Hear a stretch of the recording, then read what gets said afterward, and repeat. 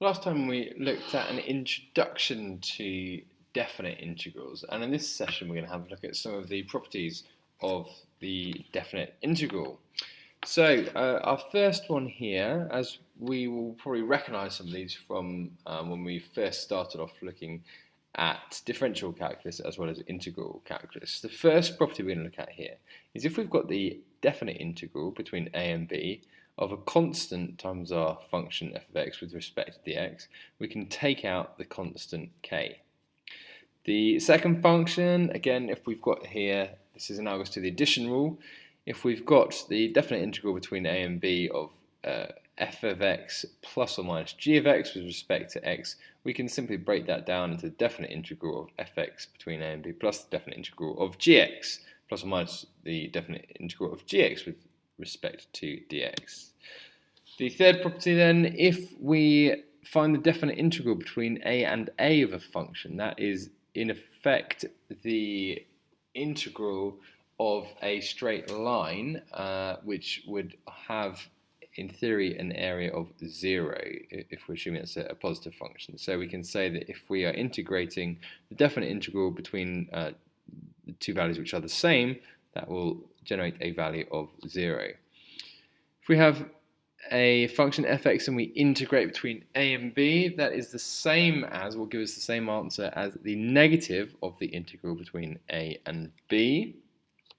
And finally here, if we have a function we integrate between a and b, we can actually break that down into two smaller parts. So if we have an intermediate value between a and b, we can actually generate a value for the integral between a and c, and we can add that to the integral between c and b. We can add those two together and that will generate the same answer as the integral between a and b. So let's have a look at what that looks like in practice.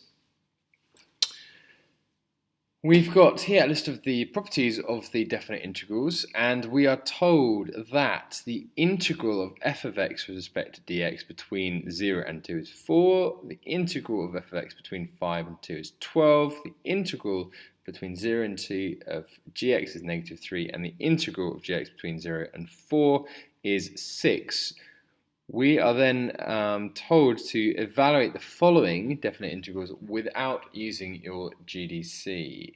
So here are 5 questions. Just have a little look at the first one, see if you can get started. Otherwise I'll go through it with you shortly. So in part A then we are asked to find the integral between 0 and 2 for 3f of x minus g of x. So there are two of the properties that we're going to use here to solve this. First of all, we are going to recognize that because we are adding or subtracting two functions, we can use the addition or subtraction rule to write this out in two components. And secondly, because we've got a constant here, we can actually take that out outside. So this is our first property, and here this is our second property. Now we should recognize that we've actually got these component parts here. So the integral between 0 and 2 of fx is 4, and similarly the integral between 0 and 2 of g of x is negative 3. So we can just multiply that by this 3 here to generate the answer of 15. In part B, we are asked to find the integral of g of x between 2 and 2 and the integral of f of x between 5 and 2. So we should be able to remember that this in effect would be the integral of a straight line, which would have an area of 0, which is the first property.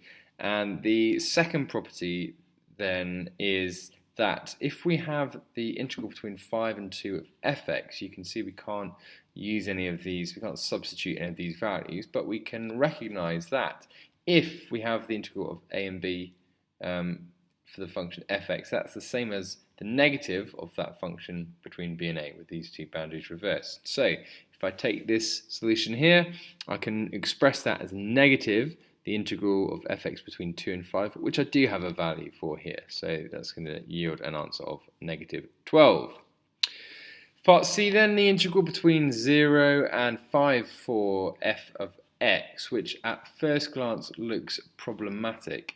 However, we can break this down into two component parts. So this is the property that we're looking at here.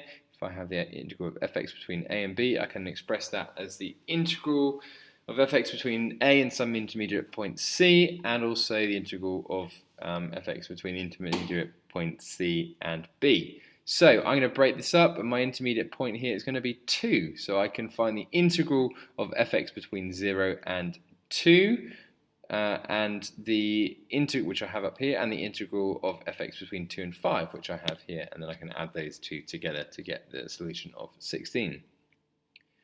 For part D then, a little bit trickier. Again, at first glance, it's a little bit problematic trying to substitute in. However, for this one, if we're trying to find the integral of g of x between 2 and 4, we can recognize that the integral between integral of gx between 0 and 2 and between 2 and 4 would yield the integral of g of x between 0 and 4. And you'll note that we do have a value for the integral between 0 and 4 of gx. We do have a value for the integral between 0 and 2 of gx. So we can rearrange this equation to solve for the integral of g of x between 2 and 4, which is just going to be the integral of gx between 0 and 4 minus the integral of gx between 0 and 2. So we've just rearranged this. So again, we're using this property here, which we can take this and split it down into two component parts, and then we've just arranged it here, from which point we can then substitute in these two values and end up with a solution of 9. For part E then, we're asked to find the integral of half of f of x plus 3 between -3 and -1. So again, we're looking at these and we can't see immediately anything to substitute in. First of all, we can use the constant rule to take out a half, and that's going to leave us with a half times the integral of f of x plus 3 between -3 and -1 with respect to x.